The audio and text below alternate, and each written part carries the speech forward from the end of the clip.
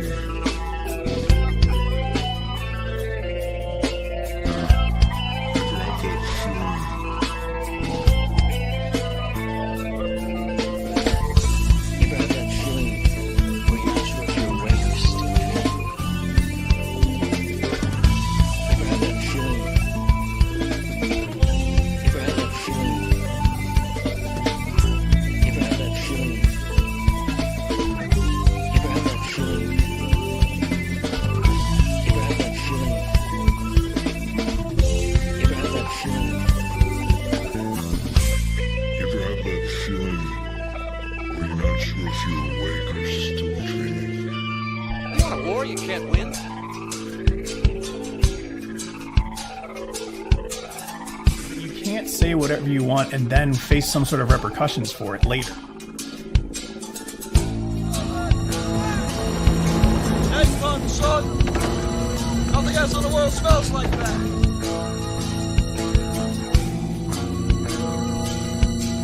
Kansas has possibly the weakest open records law in the country. Retaliatory animus, had it not been for that negative feeling towards speech, they would have not done that.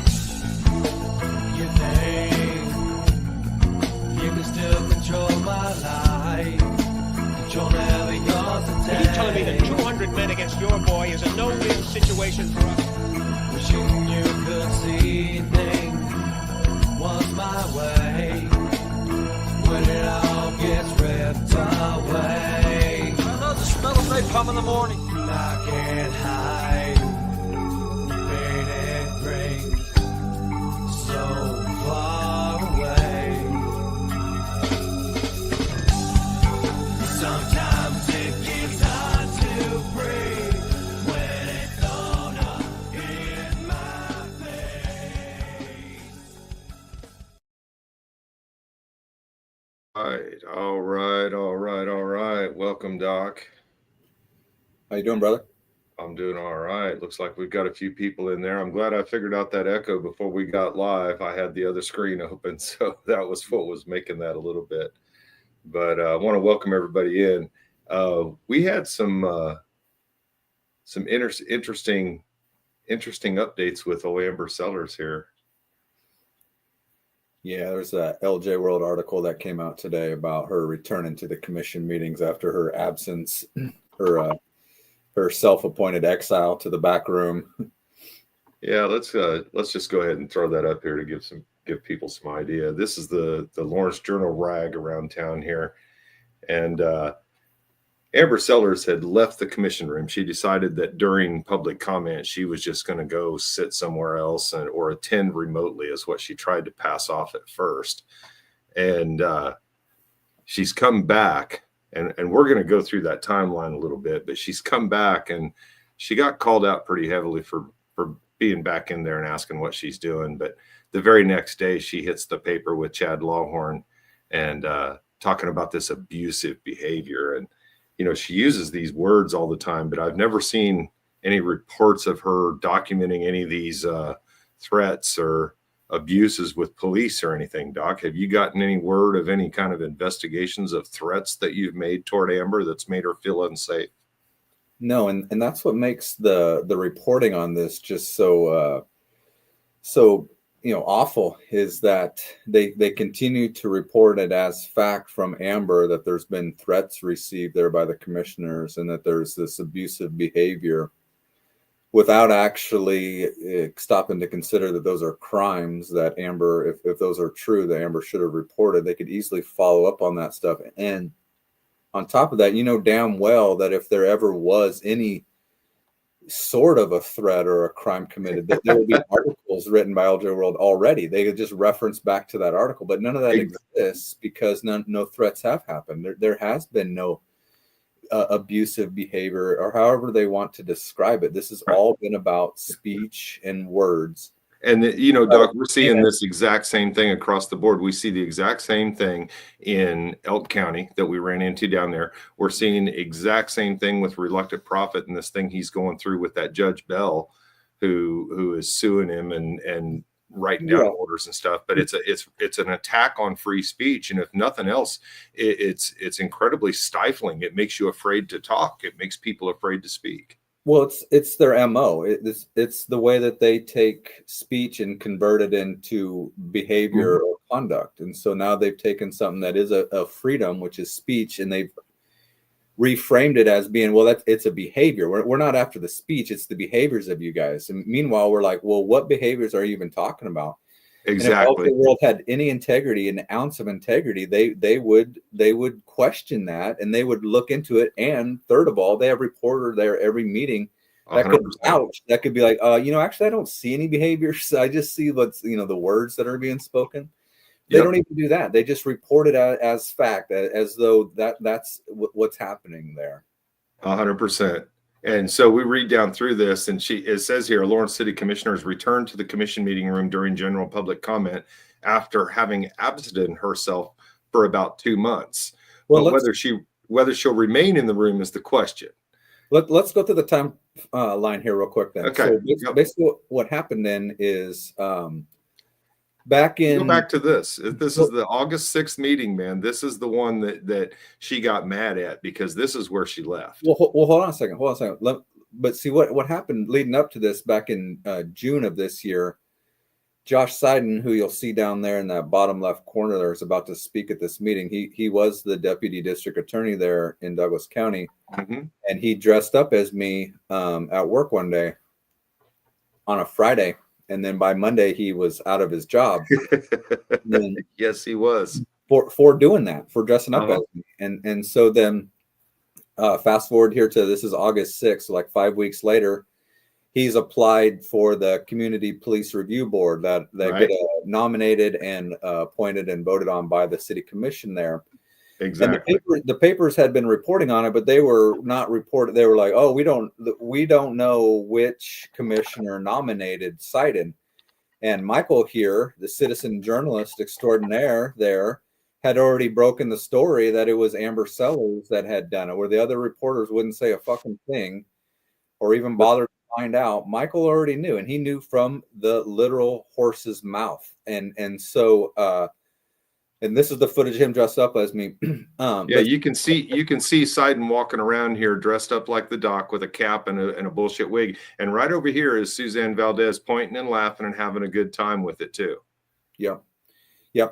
And so then at that August 6th meeting, then I call out Amber Sellers for nominating Syden, because it's a terrible look. The guy had just gotten fired for this bullshit right here. Now we're going to put him on a police biasing patrol board, kind of thing.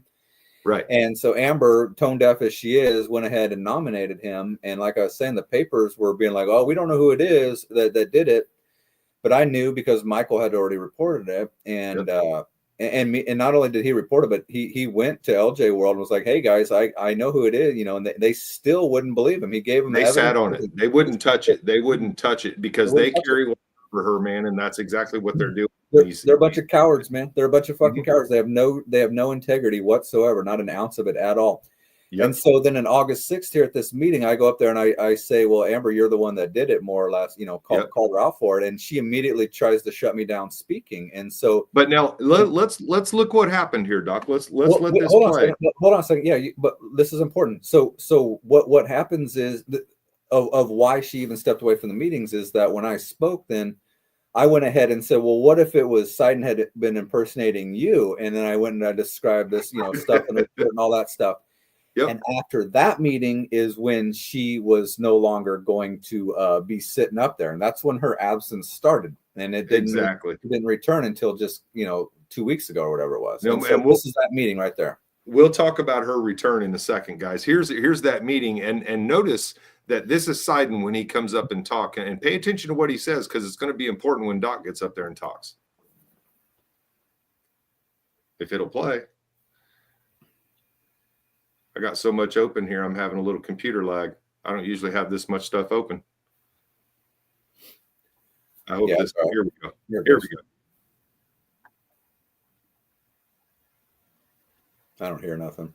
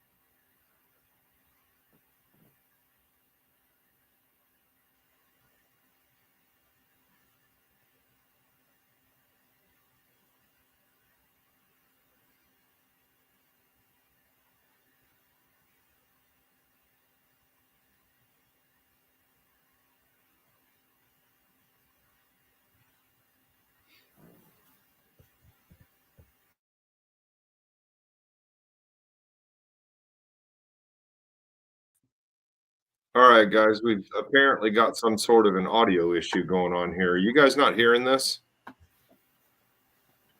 Damn it. I hope I haven't screwed something up here. What'd I do, Doc? I don't know. I couldn't hear anything, but I thought it was just because when you press play like that, sometimes it mutes it on its own on our end. But, Holy crap. Boy, I hope this isn't a this is going to be a technical glitch for me. I don't know what's going on here. Well, pull up your next video and see if it plays and has sound. See if it'll play. See if it has sound. You got your volume turned up? You guys got any volume on this yet?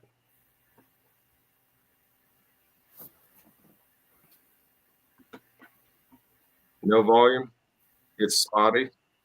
No? God dang it. I'll tell you what, let's just close out of that and we will try something else here. I'm going to try to pull those back up real quick.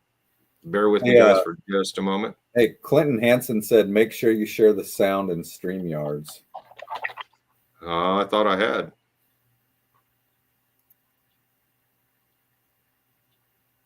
Well, this will be an episode where we've had a little technical glitch, guys. But we will get over it here pretty damn quickly. That's fine. That's no big deal. No, what's going to happen here, though, guys, what's happening is that Seiden goes up there and speaks, and then I go up and talk about it, and then Justin gets up there and talks about it, and they all of a sudden have to shut him down. And this is the crazy thing about this. When they do that, it always has some kind of a comparator, Justin, where they've just allowed somebody else to do the same thing, but not allowed you. Exactly. And in that case, this was general public comment. And earlier in the meeting had been the item of the Community Police Review Board. And so Seiden then at general public comment, the video that we were playing there that you couldn't hear the audio on, Seiden went up there and he spoke and basically was like, giving his resume and pleading his case to be considered to be on the Community Police Review Board. And then a couple of speakers after that, Michael goes up and speaks, and he talks about the Community Police Review Board as well. Uh-huh. And neither one of them are stopped at all. They're allowed to speak. And so then I go up right after Michael. I'm the next speaker after him.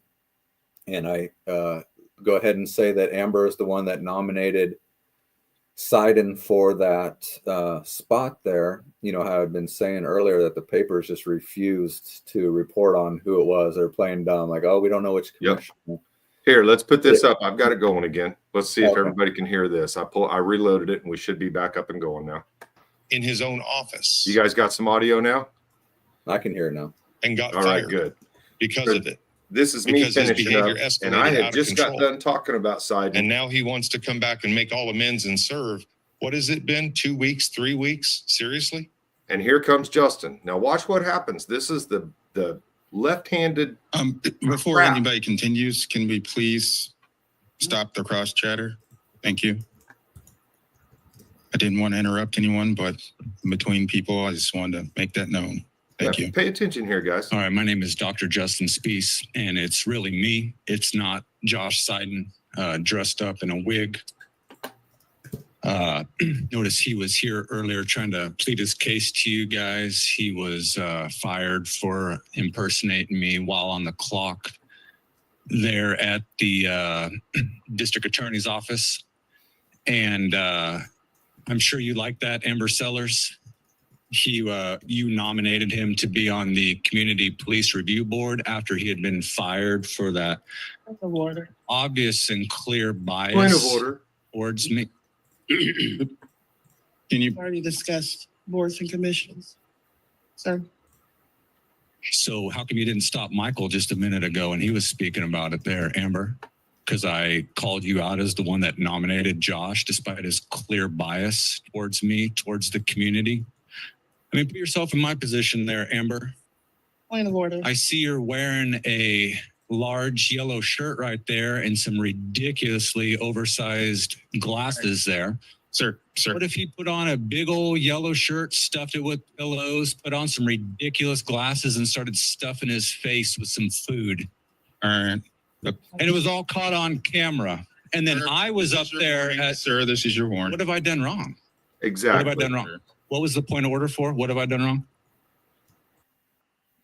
Talk about now. Sherry's turning it down. Yeah, The business of the commission. Okay, so you, Amber Sellers, as a commissioner, nominated Josh Seiden to a position up here. Is that germane enough? Sir, this is your warning. If you can, Okay, Bart, explain to me how I am not being germane right now, please. Sherry, well, Now, here's the thing, though, Doc. Typically, commission. So, and Sherry's going to explain it to him, but both Josh Seiden and I had been up there talking, and now they're going to shut you down for saying the exact same, talking about the same exact subject, right? Yeah. And now here, listen to Sherry have to explain to Bart how to run the meeting, though. But even her explanation isn't the right explanation. The explanation is, well, you just allowed those two guys as well.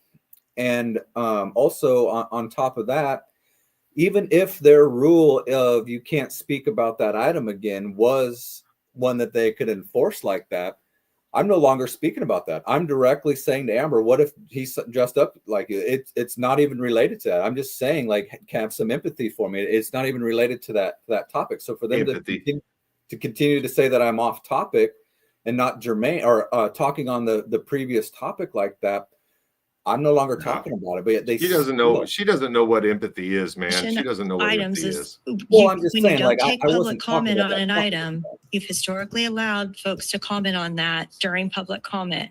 You did not take public comment on nominations. okay. All right. So continue. Your time has been paused. You still have approximately a minute and 45. Okay, so like I was saying, put yourself in my position there, Amber Sellers. You're wearing a large, oversized yellow shirt and some ridiculously oversized glasses and some fake hair, I imagine, whereas mine's real. And let's say Seiden put that big ass yellow shirt on and stuffed it with pillows, put some ridiculous glasses on and a wig and started stuffing his face with food. And did it while he was a district attorney down there. And then I was commissioner and sat up there and I said, oh, he's been fired for doing that, but I'm going to appoint him. How would you feel about that, Amber?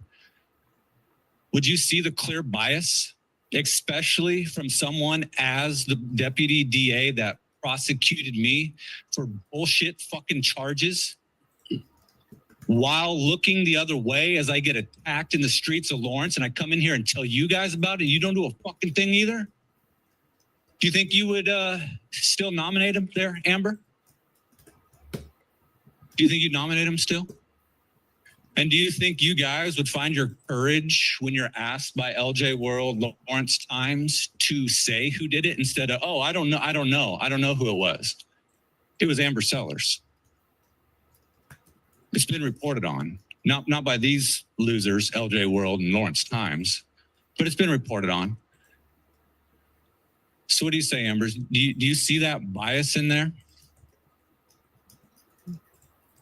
Sir, can you please stop the cross chatter? And Seiden comes up here and wants to talk about, how he wants to work with the community to right his wrongs. I mean, this It's is how interesting. this shit works, man. This is these meetings on the regular basis, man. And every time we go up there, it's one more reason why we can't speak. I mean, that's basically it, Justin. What, that they say that they shut us down on? Yeah, it's what, it doesn't matter. It's what you could be talking about, the most germane thing, and they're still going to try to shut you down. You could be talking about something that's completely open, and Amber is going to point of order and try to shut you down just because she can't hear your voice. Dude, there was one meeting just a couple months ago. I was in there speaking about the lawsuit that I'd filed against them, and also how much money had been spent. They had spent on attorney's fees, which took an open records request by the newspaper to get. And as I was speaking about it, Little John shut me down and said, "That's not germane." I'm like, "You got to be shitting me!" Lawsuit, all you guys that takes an open records request to get the finances for is not germane to your guys' business. Yep. If here's that's not germane, nothing's germane. I don't know, man.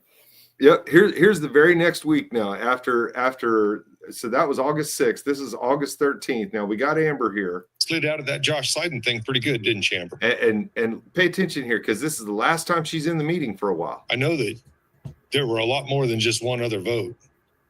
I don't think he had any votes other than yours, apparently. Oh, never mind what I'm saying. I apologize, guys. Because I don't matter. Neither do the citizens that you insulted and harmed by even naming him to that board, even trying to get him on there. And you treat it as though it was just him, you allowing him to make his case. Go ahead and do that quote one more time here. He applied. I'm giving him the opportunity to state his case as to why he should be appointed. Guys, I want to pause that there, because where that came from, her and I had a text, and I called her out, and I asked her, did you, people are saying that they think it was you, because I called out another commissioner saying that I thought it was them, and they pointed the finger at Amber as well. So I got on a text with Amber, and this is the text message that she sent me, was that he applied, and I'm going to play that one more time here, that he applied, and she's given him a chance to state his case. Now, that's not the way a damn nominating process works. Doc, tell us how a nominating process is actually supposed to work. There at the city? Well, I mean, anywhere, when you nominate somebody for a position like on the CPRB, on the Community Police Review Board, aren't you supposed to not be nominating somebody that you think's going to do a good job? Yeah, they're supposed to, as far as I can tell, they're supposed to come back with their one or two people that they want to put up as a nominee.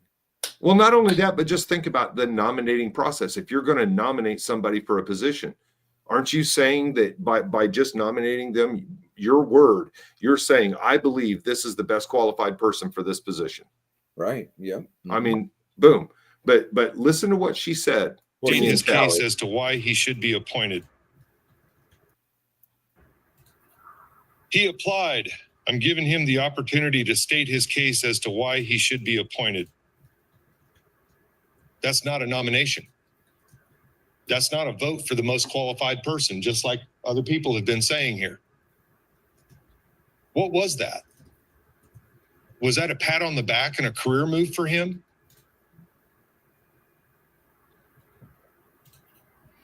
Nothing. If you want to address it, go ahead. I'll give you my time. You don't want to address it? You guys notice in the face? You didn't want to talk about it when the paper was asking. That little head nod? Look at her. If you want to address it, go ahead. I'll give you my time. You don't want to address it? You didn't want to talk about it when the paper was asking over and over and over. And then somehow they ignore the person that knew. Justin comes in last week and talked about it. Notice her faces, man. Look at her. Where do you think he heard that from? Fighting for all those underprivileged people, nominating a guy like Josh Seiden. How does that comport? And do you figure that you're going to be able to make faces and trip me off tonight? Not going to happen, Amber. So you can go ahead and keep making all the faces and nodding the head and doing all that. It's just fucking respectful is what it is. Just like your nomination of Seiden to be on the Citizens Police Review Board. It's not like he was going to help it accomplish much because it really hasn't accomplished anything. Ms. Larson thought it accomplished something, but that was just a lie by the chief. It's incredible that you would do that and that you would let it float out there for 2 weeks while the community is just going crazy trying to figure out who did it and why they did it. And you sitting up there I'm glad I'm getting all this on video because it's going to be good to slow it down and just show your responses. That's I honest to God, Justin, is that right there why she left the room is because I said something to her about having it on video and she couldn't help herself? Yeah, I think it's those things. I mean, because literally, this is the last meeting that she was in the room. Did you already speak here or are you right after me here? Yep, you're right after me here. Let's go ahead and watch what you say. Well, but hold on a second. So like you were saying right there, calling her out with her own words. Exactly. Like I was saying earlier, it was from the horse's mouth. I mean, you don't get any more rock solid evidence than that. And like I said earlier, Michael had actually gone to LJ World with that evidence, and they were like, "Oh no, we need to verify a little bit more." Like, what are you talking? They wanted me to provide. They wanted me to provide additional shit. And there was, how much more additional can I give you? You go to Amber and ask her. And did she stonewall them? Right. Why? Yeah. What prevented them from doing any sort of fucking work on this, man? They're exactly. The laziest. They're the laziest fucking sorry excuses for journalists you'll ever fucking see, man. They're terrible, top to bottom. Lawhorn all the way down to whatever the fucking lowliest one of them. I don't remember her fucking name, but all of them. Well, we'll get to Kay here in just a little bit. Let's hear what the doc had to say here. This very last meeting before Amber had to run to the back room and hide. My name is Dr. Justin Spees. I'd like to talk about Amber Sellers' incompetence and her inexplicable nomination of Josh Seiden to the Community Police Review Board. Lawrence Times wrote an article on August 10th that's called Ex-Deputy DA Pleads His Case for Spot on Lawrence's Police Review Board. In it, the article says he said during his time as a solo practitioner and then as deputy DA, he probably had, quote, somewhere in the ballpark of probably 10 to 12 complaints, unquote, filed against him. And he did not think Spees' complaint would impair his ability to do his job. Quote, I've never received any form of discipline. Anyone can file a complaint against anyone. And it's kind of an occupational hazard, Seiden said. Obviously, I walked myself right into this one. So Seiden's dismissive attitude there is trying to lead you to believe that 10 to 12 complaints is not a big deal for attorneys, but it is. Two of those complaints are serious ones. One of them is from me where he dressed up as me when he was deputy district attorney. And the other one is from a case where he, 17-year-old raped a 10-year-old girl and Josh Seiden gave him a plea deal. And on top of that, treated the family like absolute shit. It was appalling. The way Seiden treated that family is the way that you can see the same attitude in the videos of me when I went in there those 2 times back in January and February and recorded my interactions with him. It's the same condescending attitude. Anyways, me and Michael from Lawrence Accountability have been reporting on Seiden for months now. The local papers completely ignored it intentionally. And so I want to read some of the comments on some of the videos we posted. Disgraceful, Amber Sellers. I'll tell you why. You recommend a man who was dismissed for unprofessional behavior against a citizen, a man who insulted judges, a man who... All right, guys, here we go. I got to pause this because maybe it's your fault, the viewers. Maybe it's the comments from you guys that Justin read in there that drove her to the back of the room. What do you think, Doc? Power to the people. Heck yeah, man. Let's hear these comments because maybe you guys actually did this. Because don't forget, you guys, what happened in Elk County? We didn't do a call for justice or anything. People were outraged by what they saw and they made a phone call. That's all it was. And what is wrong with that? There's great lessons to be learned in all of this, man, is that people's voices actually do matter. There is a defeatist mindset I hear oftentimes when people say, well, I don't go to the meetings because they don't listen to us. And And The hell they don't. I agree, and I say, yeah, they usually don't. Oftentimes they go in there and they've already made up their mind on their votes and shit like that. But like this is an example. County commission is another way. I read comments in there, but if people actually would just go in there and use their voices more, it would have more of an impact. I am absolutely convinced of that. There's just not enough people that do it consistently enough. Oh yeah, is the issue. Mm-hmm. Yep. Here, let's hear these Writes, a comments. man who was so obsessed with hatred, he was strutting around playing the fool when he had a court case to prepare for, which had to be delayed because he wanted to be a jerk. A man with a record of losing important cases that the community needed one to see justice. I'd ask why. I'd hate to believe it's retaliatory personal spite. Sounds about right, doesn't it, Amber? This is in regard to that case of the 10-year-old girl being raped. It's baffling to me that people with knowledge of this tragic event can put forward a man for a position requiring good judgment. Seiden has displayed on numerous occasions behavior that is so deplorable he isn't fit to hold any post of responsibility. What the hell is going on in their head? There can be no excuse, especially as they tried to conceal their nomination and sneak this snake in under the radar.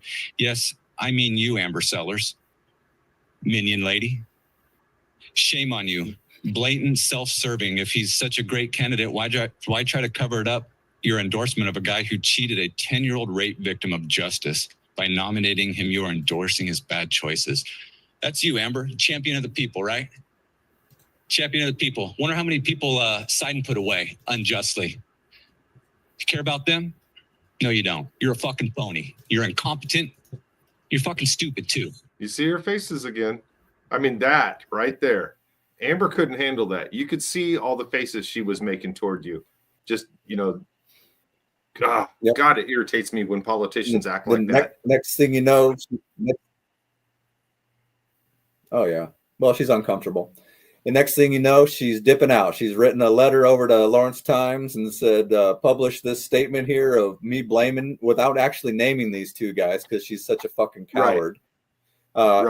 Here's my statement as to why these two guys that I'm not going to name, but we all know who it is, have caused me with their threats and their fucking abuse and all of that shit to go hide out in the back room. And for all we know, that those first two times when she went back there, I thought she'd left the fucking building. I had no idea. She just went in the back room. I thought she was gone. Exactly. And what she'd done is she'd gone back there and she disengaged from the meeting. And they had tried to pass it off at one time as though she was participating on Zoom. Yeah. And how is she participating on Zoom if she's not even there? Because she wasn't even logged in. Yeah, they didn't put her up on the screen or anything. They could easily just put her up on the screen, but they didn't. So I really had thought she had left because you can leave out that room. You could leave the building right out that way. So Yep. So she sent in this thing to the Lawrence Journal World, and City Commissioner Amber Sellers says she will no longer attend the meetings during general public comment, citing dangerous and disruptive behavior. And what day was that? This was on September 6th. Okay. So this was after that August 20th meeting where you had, we took her to task. Exactly. Accountability. Yeah. It's taking a politician to task and holding them account for the things that they've said, the things that they've done. And, she did not like hearing the public's criticism. That impacts the community. Exactly. Now, down here, she's got a Facebook post that she made. And I think I can bring this over here. Let's do this. She put up this letter where she just cried, all me, addressing my decision to participate in general public comment. Let me make this big. I don't know if it helps you guys see it. But she says, as a public servant, I believe in the power of discourse and the importance of community engagement. The opportunity for residents to voice their opinions or concern is a cornerstone. However, recent events have compelled me to reconsider how I participate in these discussions, specifically general public comment. You see, it wasn't enough that they moved general public comment to the end of the meeting and tried to wear everybody out so they wouldn't be able to hang in till the end. But she decides to go ahead and say, today I'm deciding to engage from an alternative location. Now, the reality is, like we said, Doc, she didn't engage from an alternative location. She went in the back room and hid out.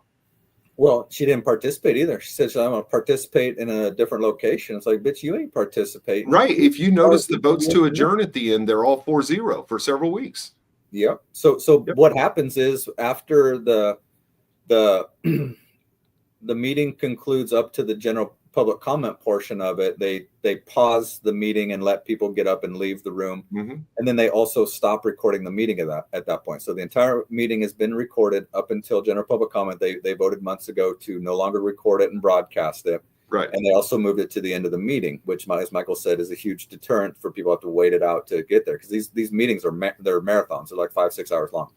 Anyway, so when they paused the meeting, that's when Amber Sellers would get up from the room and walk out of the room, and that would leave 4 commissioners up there. And it was always just a kind of an interesting thing, because if she could do it, then they all could do it in theory. And so then what you're left with is your fucking constituents sitting there talking to a blank fucking room. I mean, in theory, they could do that. Right. And so, but she would go and she'd disappear. I mean, they could unquorum themselves out of a meeting is what they could end up doing, I think. But well, and what's she doing in the back room? Is she just watching, or is she back there eating? I got my money on food. I mean, I just got to say. She's eating. I bet she's eating too, and it'd be a simple fix. All she'd have to do is just pull up the Zoom link and be on it. She'd be logged in and done. She'd be ready to go. Yeah, that would let everybody know what she's doing. So, I mean, it really looks like she left. And you know, when she issued that statement there, and then of course the papers here reported on it as well. So at that point, she stopped attending the general public comment. And there, of course, have been some really serious issues and concerns that citizens went there and spoke on. There was even a Kansas State Senator, Marcy Francisco, who stayed and spoke. And Amber, still no respect given to any of those people. She still was leaving. They had, you know, groups in there that were advocating for certain causes like homeless issues and whatnot. And Amber still was basically giving them the fucking finger as she walked out and went and sat in the back room saying, I don't want to listen to what you guys said. Thanks for sitting here for 5 hours and listening to our fucking bullshit. But I'm not going to listen to you guys. See ya. That's the message she's given. And exactly. You know, what is really, you know, the thing about this for me is that I see something like that, and how that doesn't make everybody there in Lawrence want to vote her out, I have no idea. But my guess is Lawrence will still vote her back in, even though she don't give a fuck about their voices. It's truly an amazing thing there in Lawrence. Well, you know, and if you go back and you look at that Facebook post that I just had up, it's at ambersellersforcommission.com at Facebook. But she got, I think, 1 like on each picture. So it's not like a lot of people were supporting that. Well, that's the thing. Like, if you go, you can see, you know, the comments on today's LJ World article. There's a lot of people that are voicing their concerns that they don't like what Amber Sellers is doing. But in the larger scheme of Lawrence, there's so many stupid liberals there that they will keep voting her back, and it will not matter that they don't want to that she doesn't want to hear them. It doesn't matter. Well, and the issue is you can't silence free speech, and that's what we're seeing happening with Gillette down in Elk County. We're seeing that with that Alexander Ball judge down in Pima County, Arizona. We're seeing the same thing here with all this shit that they kept trying at the different meetings that we've gone to, including the library. Brad Allen at the library has just blown my mind with some of the shit that he's come up with. He wasn't even on my radar until that whole thing happened. Where wow. I know, it's wild, man. It's truly wild. It's one of those things that if we weren't recording it, people wouldn't even believe it. They'd be like, "No, yeah, really? That's what's happening? Okay." No, and that's why, you know, I got to be honest. As much as I criticize the Lawrence Times, I am glad they put these videos up, because people actually do get to see this stuff. Now, this is the August 20th meeting. Now, the August. What's that? Well, Lawrence Times is doing the bare minimum here. Yeah, I give them credit for doing it as well. But let's not start bagging on them. They got a video up here we can use. So, well, they should have a reporter in there themselves doing this. But yeah, fair enough. But this is August 20th, and comment on you'll Zoom. notice that Amber's not there anymore. Oh, yeah. Go ahead. Go ahead.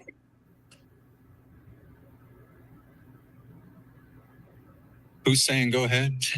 I'm sorry. Did you want me to speak, or are you going to let? Julie, you can hold off for a second. I believe there's somebody in here who wants it. My name is Dr. Justin Spees. 2 weeks ago, I came in here during general public comment, and I spoke after two speakers who specifically mentioned the Community Police Review Board. One of them was Josh Seiden himself. The other was Michael Irby there, and he spoke right before me. And when I came up to speak, I said that Amber Sellers had nominated Josh Seiden to that board, and then Amber Sellers called a point of order and said that I couldn't talk about that. And I said, well, why am I not allowed to talk about it when Michael just talked about it? And then you, Bart, proceeded to give me a warning and say I had to stop talking about that.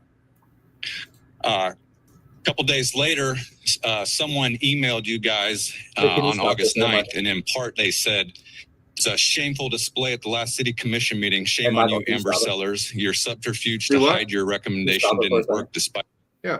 Yeah. What I just said there, I explained how you and Seiden had both spoken about that. And then I went up and spoke. Basically, I'm recapping. That's what we all just saw. What we all just saw. And the part that is just, it's just inexplicable by the papers there is that those are facts. I was not allowed to speak about a similar topic that two other people were allowed to, but they don't report on it. No, they didn't. They didn't say a peep about that. And you got a good point there, because you were silenced and given a warning, et cetera, and nobody reported it. Right. You don't need to be a lawyer. They'll fall back and be like, well, we're not lawyers. You don't need to be a lawyer to look at that and go, well, you know what? They did allow two people to speak on something. Then when he spoke, they didn't let him. They do not report on it. Even in the fucking article that they wrote today about Sellers fucking hiding again or whatever, they still are framing it as we are suing because we're not allowed to say fucking mean things to them. No, it's about fairness, you dipshits. And this is an example of the unequal protection that's happening there, where if somebody gets to talk about a topic and another person doesn't get to, you don't need a fucking law degree to see that that's not fucking right. But they won't report on it. And they won't report on it because they don't fucking like me. And also because they are just like bootlickers for the city government. Chad Lawhorn has to carry that water, or else he loses his access, and then his paper becomes irrelevant. So it's nothing but propaganda. And everybody that subscribes to that in Lawrence that becomes aware of that and still pays for that garbage, well, you're a fucking moron. You're getting fed fucking half truths and lies, left and right. Well, it definitely half truths. They try not to print just outright lies, but the politicians do get some half truths in there that do come across as lies. Now, the thing about this one here, though, is you're pointing out everything, and Bart, look at him. He can't take it. He's doing the same thing Amber does with his voices in his head and making him move around and everything. And you'll see when we get to the last video that I'm going to show you tonight, just how antsy this sucker can actually get when he's actually put on the spot. About your attempts to conceal it. What motivation here? Nothing acceptable. I was horrified. I thought better of you. And shame on you, Mayor, trying to silence someone raising it, which is in reference to me. You show contempt for free speech, a current position you've demonstrated constantly of late. The next day, Lisa Larson there responded in part by saying, quote, the mayor only interjected when the speaker verbally attacked a city commissioner and wouldn't follow rules of decorum. So a question for you there, Lisa Larson. The mayor only interjected when the speaker verbally attacked someone. So the way that it happened is I said, Amber Sellers, you nominated Josh Seiden, and she called a point of order and said that I couldn't talk about it. And so the mayor only interjected at that point. I hadn't said anything about Amber Sellers. I gave the example of how she would feel if Josh Seiden was mocking her and put on a big old yellow shirt. She's wearing a big old yellow shirt, stuffed it with pillows, put on her glasses. That came after the mayor interjected. So you're lying. Really you're what got her. What verbal attack did I have on a commissioner? What verbal attack is that? She's a fat ass. And man, I'm sorry. Well, that's why she's not in the room anymore. It had nothing to do with anything else. Well, yep. The example I was given was, Seiden dressed up just like me. So if you're going to dress up like Amber Sellers, you have to do all of that stuff. That's part of who she is. You know what I mean? And the reality is, guys, this is free speech, man. This is America. Freedom is fucking scary. Get used to it. Deal with it. Get over it. The other, yeah, exactly. Get over it. The other thing along those lines, and the paper did that today as well, is they try to they frame this as those helpless commissioners up there are being verbally attacked by me, and they even bring up an example of the county administrator who doesn't work for the city. She's a county administrator. Her name is Sarah Plinsky, and she's a big woman as well, and she has orchestrated unlawful arrest on me at the county commission meetings. And at one meeting, I called after the arrest. I called her a fat ass while I was speaking, and the assistant county attorney, she almost fell out of her chair. And I think it was reported on as well that I had done that. But the point I'm trying to make here is what gets lost in all this is Sarah Plinsky had me unlawfully arrested. That fucking damages fucking reputation. It hits financially. No, it hits dude, I totally get you. That's all kinds of shit. Amber Sellers appointed Josh Seiden, a guy that, like, I just laid it all out. He fucking dressed up as me. He did this. He did that. He didn't prosecute when he should have. He prosecuted me when he shouldn't have. And they're the fucking victims because I said they're fucking fat asses. No, man, it's just like I told Gillette. You called me a criminal. I'll call you a bitch if I want to. Right. If they wouldn't have done that shit to me, I'm not just going in there and calling them a fat ass. Let's look at who's the real fucking victim in all this. It's the guy that got fucking kidnapped and fucking battered by the police for no fucking reason at the order of Sarah Plinsky. It's the fucking guy that has to sit there and watch one of the city commissioners think it's okay to nominate some guy. Like, who is the actual fucking victim here, Papers? Let's keep things in perspective. Right? Because if that shit would have happened to any one of these soft ass liberals, man, they would just be done for. But they act like being called a fat ass is worse than what they've done to me. It's fucking you're watching what it does. And I hate saying this because, man, again, we got to mention to people that you and I come from different backgrounds. I am more left leaning, and it kind of grinds on me when Justin takes this compassing liberal view, because I always considered myself as a liberal person as far as social policy and things like that.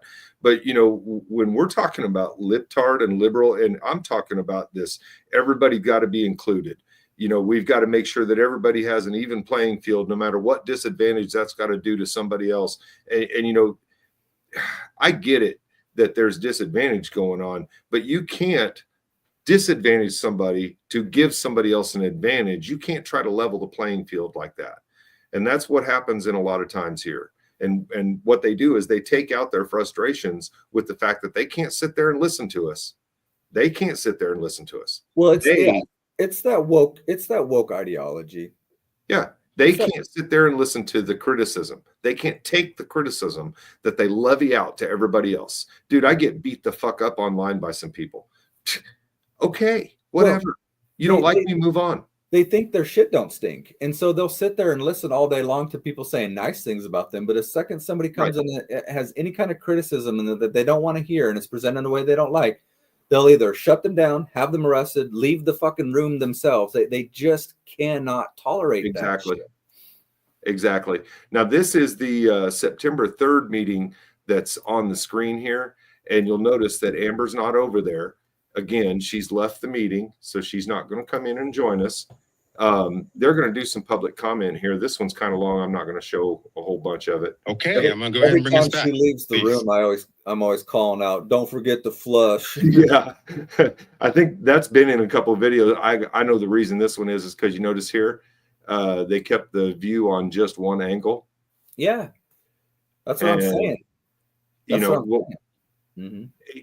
What's that do? I don't know. People don't get a whole lot out of that, but that's the entire public comment that they've kept just on that one angle. So you can't really get an idea of what people are saying or what people are doing in there at the time. You can hear it. That's it. Well, yeah. I mean, just imagine if you needed to be able to see the speaker while they're speaking to understand what's going on in the meeting. Right. You can't do that with this here. Right. Now, this one is the next one. This is September 10th. Now, I'm gonna hit on this one because I got charges out of this one, and this one kind of ticked me off, and so I want to rehash it because we haven't really talked about this one much, Doc. I mean, I put out my own little thing showing what happened, but Bart invited public comment and then had me taken out and trespassed. And this is, again, Amber's not in the room. So, public comment time.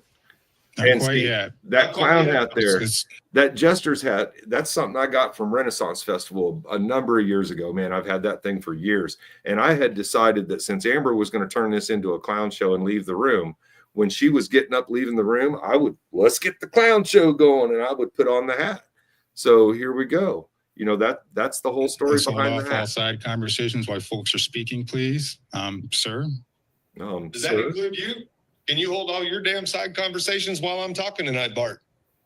Since we're in a goddamn clown show here. Now, let me ask everybody right now, are we in public comment? Everybody, if you think that we're in public comment right now and that I'm in my 3 minutes, put a 1 in the chat, please. This is important. I want to get your opinion on this. Let me go back and we're going to just show this again here. Because if you think that I'm in public comment right now and talking as a part of my 3 minutes, put a 1 in the chat.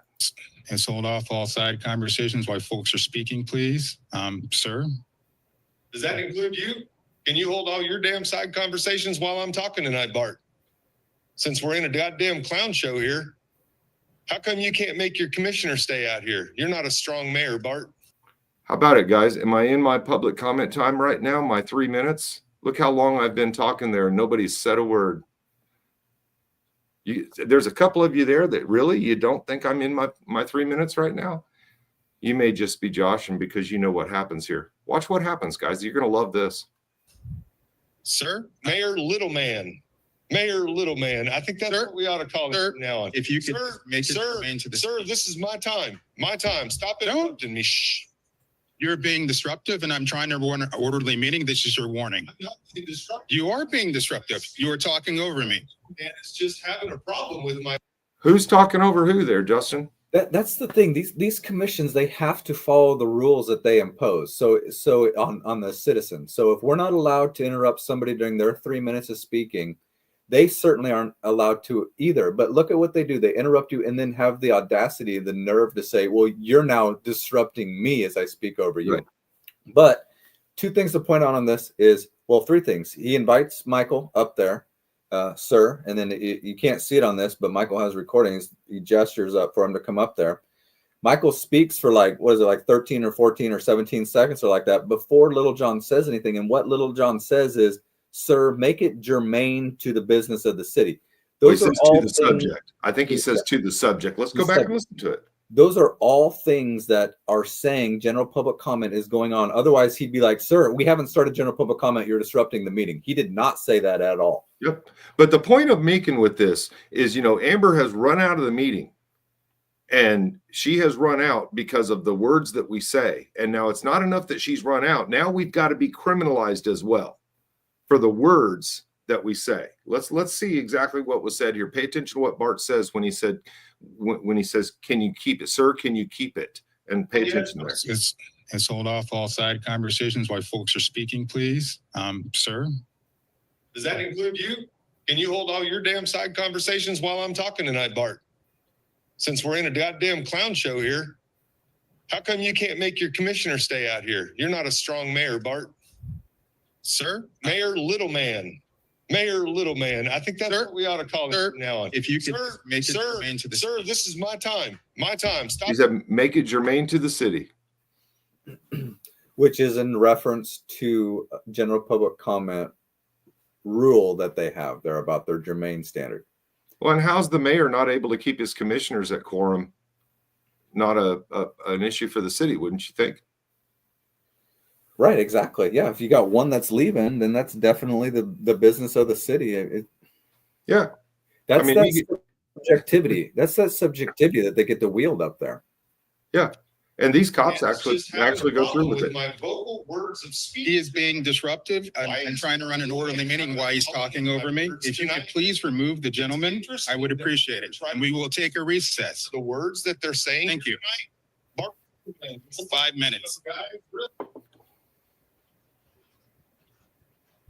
And see that one right there, that's the deputy chief, the guy closest to us, the short, bald one. That's the deputy chief of police. Yeah.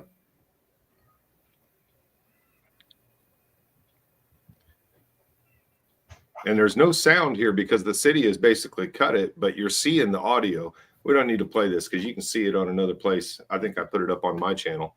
So this was a wild meeting because Michael does get trespassed from there. So he's removed by the police out of there, and they're actually out those doors, out the back of the building there, standing talking. And I go back in there to speak during general public comment, and that's the one I mentioned earlier, where I was sitting up there and I was mentioning the lawsuit that I had. Mm-hmm. Little John stopped me as well and said I wasn't being germane, and I'm like, "What are you talking about?" And I explain it. And then he says I'm being a disruption, and that he asked the police to have me removed again. And I say, I'm not fucking leaving. Go fuck yourself. And I go sit down, and all the fucking cops there are like lurking around me. And Bart like pulls them back, like, no, actually, we're not gonna exit him now. And they all like stand down. It's like, geez, right, guys, what the fuck is going on here? It's just words, guys. Well, and that's the thing. None of the words are just too much for them. Yeah, none of it's reported. Of course, your removal was reported, but none of that other stuff is reported. And my removal, sure, it makes news because they think it makes me look bad. But the problem is they put it in the paper, and it's actually showing the police violating rights is what's going on. Yeah, 100%. And that should be the newspaper's job that's showing that. But they are completely, entirely, 100% silent on any kind of hint or whiff of any kind of violation happening down there. They haven't even brought it up. Well, that's not their thing. They're not interested in reporting the other side of the narrative. You know, they're only interested in that one side that serves their purpose. So August 1st, go ahead. August 1st, you can see her chair down here in the spot right here. It's empty. So she's not there. And we get into public comment, and this was a long one where a lot of homeless advocates and other people had come in because of the Amtrak sweep that was happening. And so you had a ton of people speaking that went just one after another. And these are times where they get stuck in their chairs forever. And now was this one where you and I were both there, Justin, or did we skip? Up? Here we are. There's you. I guess this was right up front. It's going to be a lift because I'm going to call all of you in. Time. Okay. There you go. Now on remand, the Ninth Circuit must determine whether the school board trustees in this case spoke on behalf of the government or not. Now, the reality is it comes down on whether you speak on behalf of the government. The city's Facebook page does that. You are right now invited. And that was about me being blocked from their Facebook page preemptively. I'd never even been on it. And then here's Justin speaking. They'd been arrested. That's all I'm saying. Have a good night, Mark. You had mentioned all these lawsuits, and the week before, I'd just been told I couldn't speak about a lawsuit. I think this is what happens here. Right. I think that's this meeting. Guys, what is going on? Yep, it is. Why was Michael just allowed to read 2.5 minutes of lawsuits? And 2 weeks ago, I sat here at this podium and was reading about my lawsuit against you guys, against the city, against you as the commission, and against two of the mayors. And I was within that lawsuit was pointing out that it's impossible to know what germane means around here because of your inconsistencies. And I was pointing that out. And Bart, you stopped me and said that wasn't germane. And then when I tried to defend that by saying, how could that possibly not be germane, Bart? It's a lawsuit about you guys. You said that I was now being a disruption and you were ordering the police to remove me. Michael just read 2.5 minutes of lawsuits that don't even concern you guys. None of those relate to the city whatsoever. And he was allowed to sit there and talk. What the hell's going on? This is a serious question. I wish the city attorneys wouldn't have packed up and left. Maybe they could give me an answer. How in the world am I supposed to know what germane means when I'm reading about a lawsuit that I filed against you guys, making it germane to you? You're using taxpayer money to defend it. And you're telling me that's not germane, and then ordering the police to have me arrested, and then at the last second you change your mind. You did that 2 weeks to me in a row. We're going to have the police remove me under threat of arrest because I wasn't being germane. I want to point out, they keep having the police remove under threat of arrest, and when they do this, they charge you with trespassing, and that's what I got charged with on September 10th was trespassing. So I was in effect trespassed from City Hall, the whole grounds. I had to leave. Period. Not just from the meeting, the whole grounds. And all they could say was, I wasn't being germane to the city enough for Bart? Which then they automatically flip that into a disruption. Right, but they didn't charge me with disrupting. Nope. They charged me with trespassing. Yep.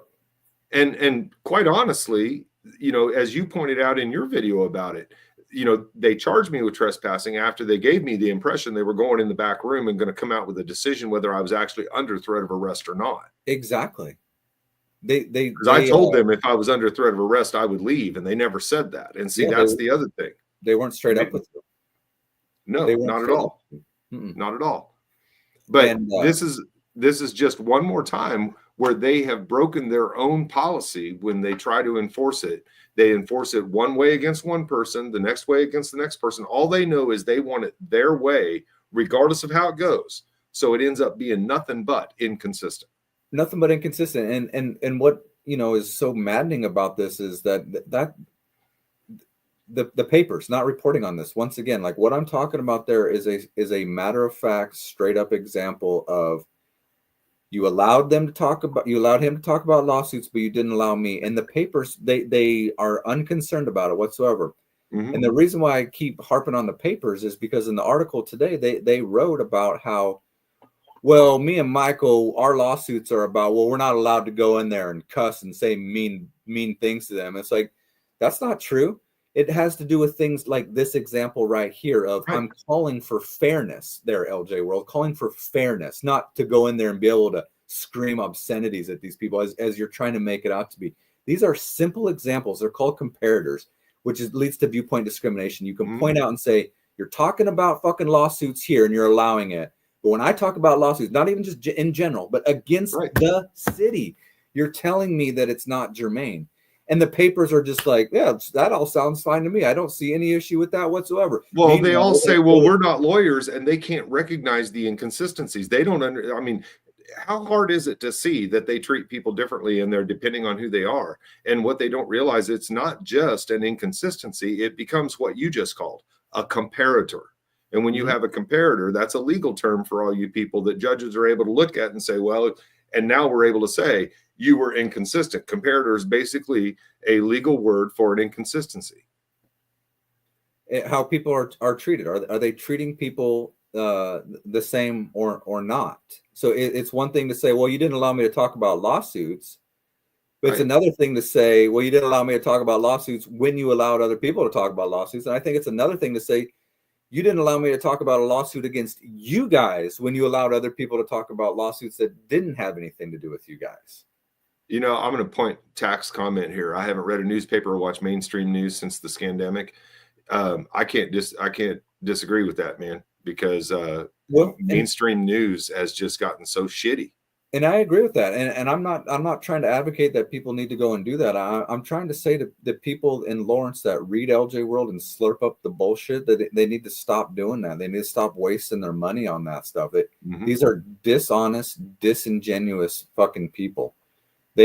Chad Lawhorn has an axe to grind against me and Michael, and you can see him fucking doing it in the papers, man. And that's all this comes down to: an axe to grind and bootlickers. And well, he doesn't like being called out because we both repeatedly called him out for his biases and called out his reporters. I mean, look at the time when us and Chris Condi were out there where the I Am Cone, This Is California video came from. Yeah. You know, we didn't say the stupid shit. They did, you know. And the reason why I think this is so newsworthy and is deserving of the community's attention is that I get it that people don't like me there, and you're getting lumped in with me as well. I get it. People don't like me. So they're probably okay with it because they don't like me, but it can and will happen to you motherfuckers as well. That's the point I'm trying to make in all this shit. Yeah. I can't ever forget the night that Bart shut down Courtney. You know, when you know, that is really one of those moments where, you know, you heard Doc say over and over, it can happen to you. You think it won't.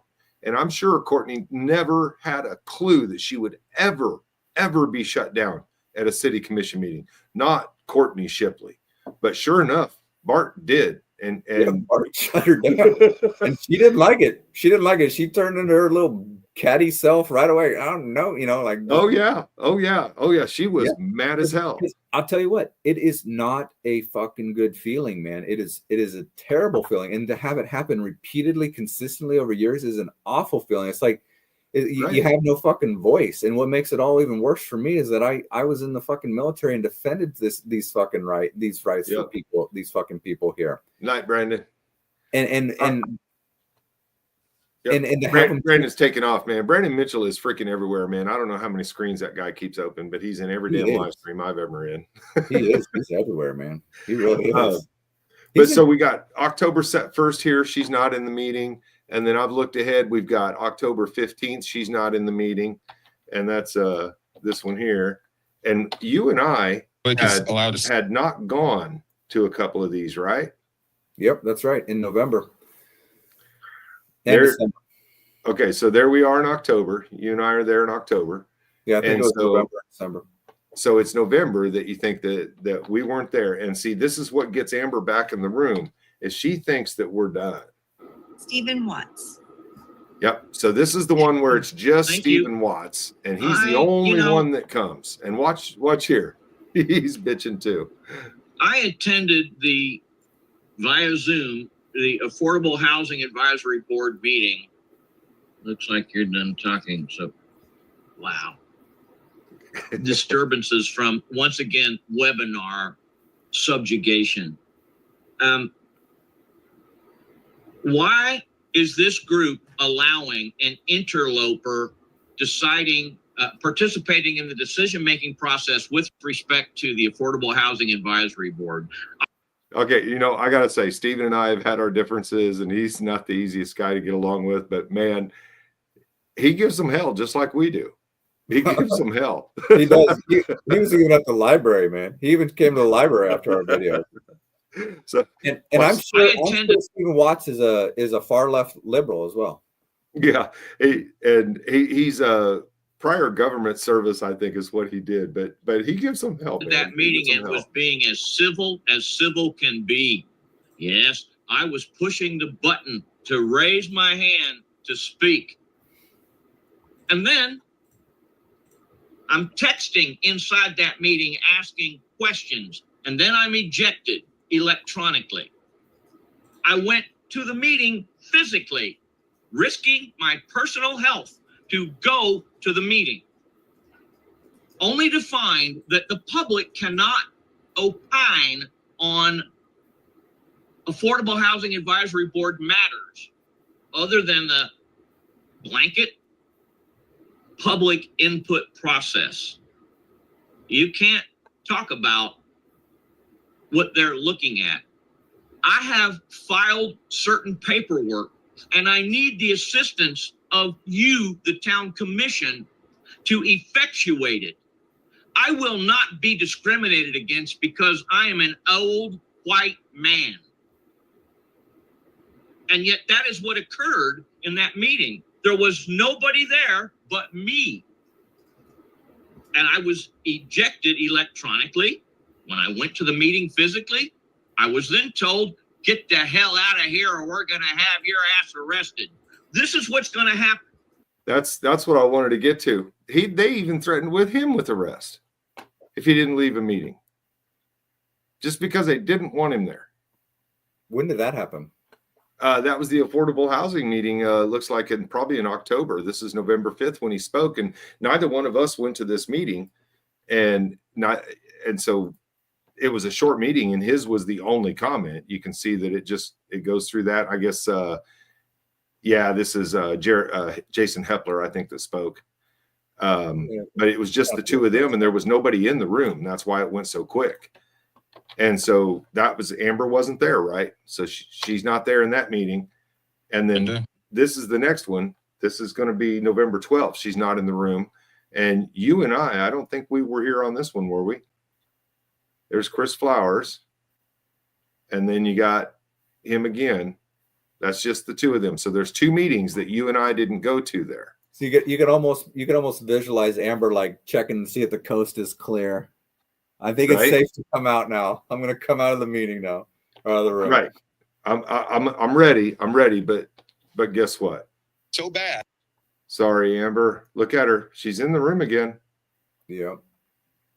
And you can see her over there in the corner. And here's Doc and I. Boy, we just 2 meetings. Is that all it took? We just had to wait her out for 2 meetings.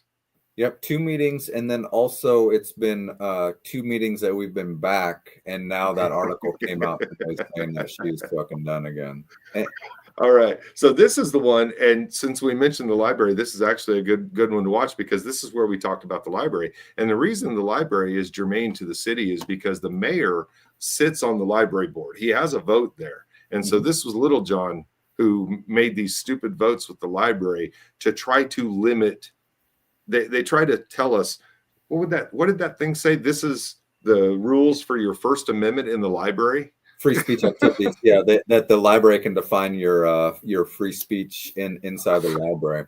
Come on, how audacious are you going to be to try to define free speech better than our founding fathers did? Right, exactly. And the way that this is set up is that that vote at the library on that policy was like a week before this meeting, and then Mart was the mayor still, but at this meeting here that week there, they voted in a new mayor. So that's why it says he's the mayor, but the mayor actually was Little John, and Little John's the one that voted at the library meeting for that policy. Right. And that policy failed. You guys can check out the videos, man. Justin went in there like immediately and challenged it several different ways, and they just don't know what to do. And the police just finally gave up. But here you go. Listen. Members of the public will be limited to 3 minutes per. Now we've got a new mayor. Please. And here, hold on just a second, because I honestly thought this was a control issue with Bart, that he wasn't able to get Amber to stay on the stage, and maybe I'm wrong about the control that a mayor should have. I think the mayor should be able to draw a quorum, but I guess they can't here because they're all just commissioners taking turns as mayor, like Chris says. But I mistakenly thought that with the new mayor that she was coming back because she didn't have the sway with him to get away with it. Maybe she had the sway with Bart. She didn't have the sway with Mike to not call her out. I don't know. Yeah, I guess not, since she's leaving again. Well, that's obviously not the case, but that was my mistaken understanding. Again, dude, I'm a tow truck driver, man. I'm not a city commissioner. I'm a tow truck driver, and I'm a citizen who has issues that he sees in the city and is trying to bring them to the city commissioners, who are the fucking professionals, and they just try to shut us down and have us arrested. So what the hell else am I supposed to think, But damn, let's talk about the library thing here. Sticking around this time, Amber? My name's Dr. Justin Spees. One position that the mayor serves on is on the library board.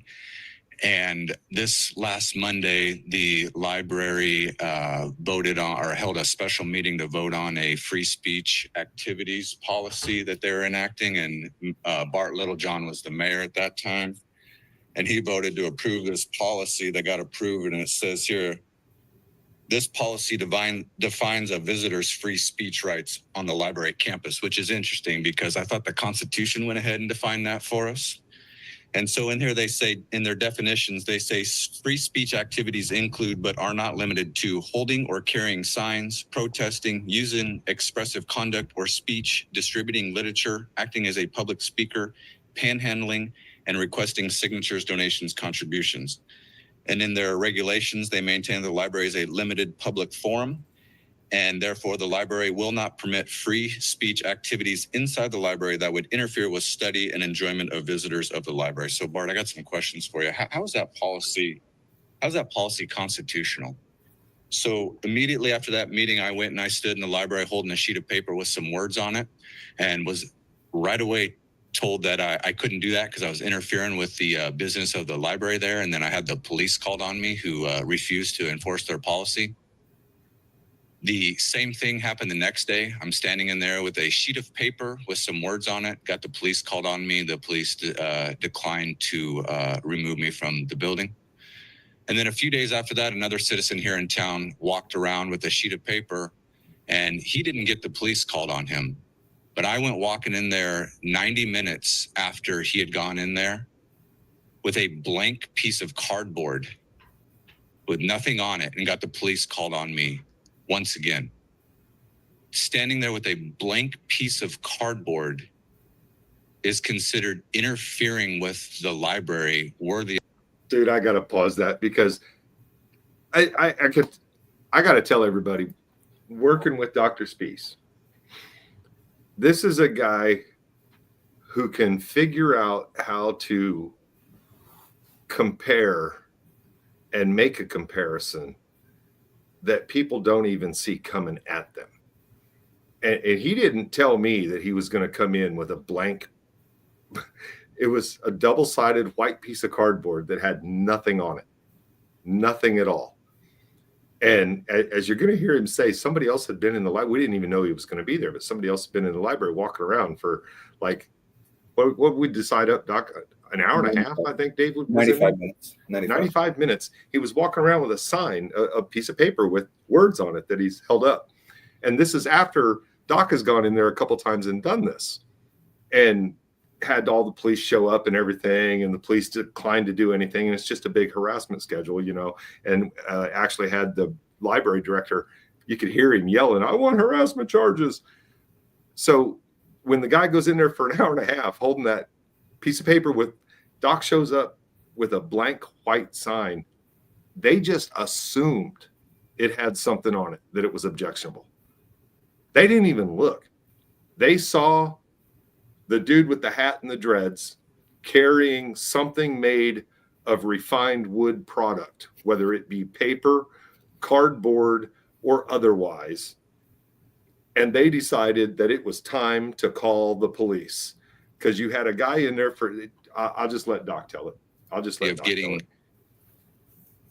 People with guns. You guys are deathly afraid of the police. People with guns that would inflict violence on me to remove me from a building for standing there with a piece of cardboard with nothing on it. Can you explain to me how that's not discrimination, Bart? You have one gentleman goes in there with a piece of paper with words on it and doesn't get the police called on him. I stand there silently as well with a piece of paper with words on it and get the police called on me. Luckily, right now, the police recognize that that's called a constitutionally protected activity and recognize that that would be an unlawful arrest if they were to remove me from there. So can you explain that to me there, Bart? Also, can you explain to me how the library is able to do their pride signs in there, but yet I can't stand with a sheet of paper with words on it? Hey, Michael, one thing I want to point out before you start speaking here. Where you were saying there about me finding the comparators and the signs and stuff like that. What do I always say to you, though, when you bring that up? They always pull a bad card, man. Well, they pull a bad card. That's one thing. But no, I say like all that stuff, it doesn't just come to me. Every time I go to one of these things, I pray for words and wisdom from Jesus, and Jesus promises our words and wisdom. So every time I ask for it, Jesus always comes through. And so anytime I get an idea like that, it's not coming from me. Well, you didn't get any words this time, but you got wisdom. That was for sure. Exactly. Which I don't have on my own. I don't have. So.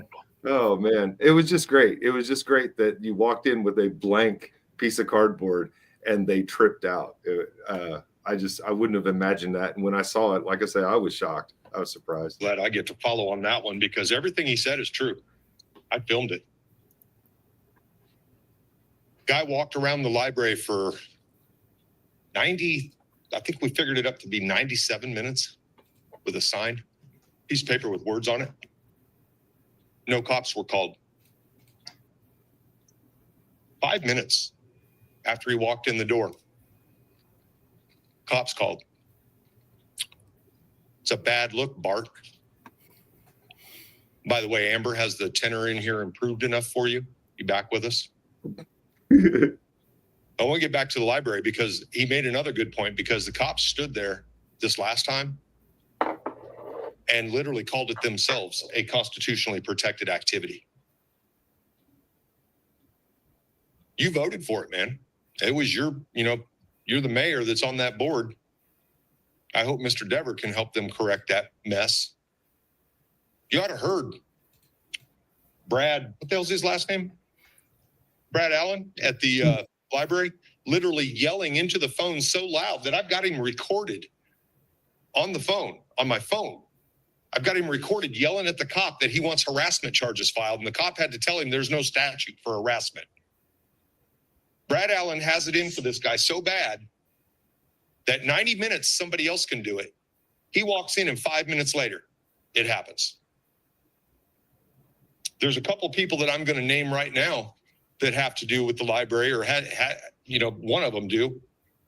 These are people that I know, an attorney that's represented me in the past, but the distaste for him is so bad that they've opened up the opportunity, and it's a gracious invite to treat him bad and anybody else that stands up next to him.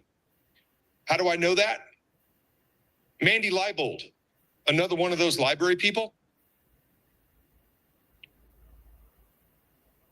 Asked me how my wife was doing. They knew each other. They went to college together. Right after she said that, she decided to mention that her husband, Terry, does divorce law. That's your fucking library people, thinking they can slight people, thinking they can treat people like shit and get away with it. Fuck you for voting for that, Bart. Dude, that's how far this shit goes, guys. I mean, dead serious. That is exactly how far this shit goes. Is their spite and their hate is so damn severe that the minute him and I kind of teamed up, and it's funny, we've talked about it. It's that night that it what really got me was the night he walked out and he was getting arrested or thrown out of the meeting. He goes, "Hey, First Amendment guy, what's going on? You're not going to stick up for the first," got me to thinking he's right. He's right. So we got together, and the minute I did, man, I got criticized, and I had a lot of people come down on me about it. And, well, why are you sticking up for that guy? And I said, because he's right. He's right. He's got a right to speak just like you do, just like anybody else does. But the minute that you come up and you say something like that about somebody that they have decided does not deserve that right to speak, now you are just as bad as they are, and you become just the same target as them. I would have never believed that a person that we knew would have said something like that to me, but she was a library board member, Yeah. And would that have happened had I not been there with you? Probably not. Yeah. Probably not. No, man, it's fucked up. But when they take that hate and they superimpose it on somebody else, I mean, that shows a lot of character to me. That shows a lot of their character. Oh yeah, they have none. And another thing that's fucked up, sitting here thinking about, in April of 2022, I filed to run as a Republican candidate for Douglas County Commissioner in District 1. And the following month in May, I was standing on a street corner with a campaign sign that I had, and a guy threatened to shoot me, and I had it recorded. I had audio of it recorded. I was filming. He threatened to shoot me, and he was going to pull into the parking lot that I was standing by, and he was going to come over and shoot me. And he went and he pulled in the parking lot, backed out of there after a little while. He didn't get out of his car. He backed out of there and then drove his car onto the street and pulls up next to me and points the gun at me and then drives off. And I call the police. Whole separate side story. They let the guy go. He didn't get charged, of course.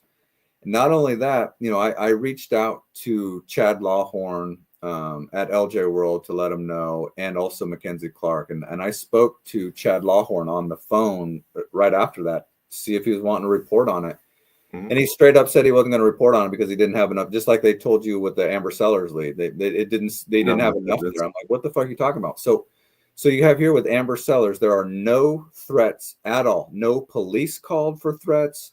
No, nothing. There's no incidents at all for it, but yet they're reporting on it as though she's experiencing it. Meanwhile, as a candidate for county commission, the headline should have been, Douglas County commission candidate has a gun pulled on him while campaigning. I mean, that's a newsworthy story. Instead, exactly. I was met with, oh, you don't have enough. Bring me more, and maybe, basically he didn't believe me. Meanwhile, Amber doesn't have a shred of evidence, and they report it as though it's fucking fact. And that frames the narrative for the entire fucking city to see that we are a threat. We are dangerous. We are unhinged. We are doing things. Meanwhile, the sheep there aren't thinking to themselves, well, wait a minute. Actually, there haven't been any police reports, but the narrative is out there and it's spoon-fed to them. So we're the bad guys. We're costing them $4 billion in money there. Well, and Justin, I want to show you something real quick because I'm pulling this up here. I want to get it up where I can see it because you know how the Lawrence Journal World is and with their stories. Yeah. I'm going to skip this one real quick and pull this up. So we've seen them, the way they run their stories and the way they keep things up on the front page when they want certain stories to trend and certain stories to be seen by people.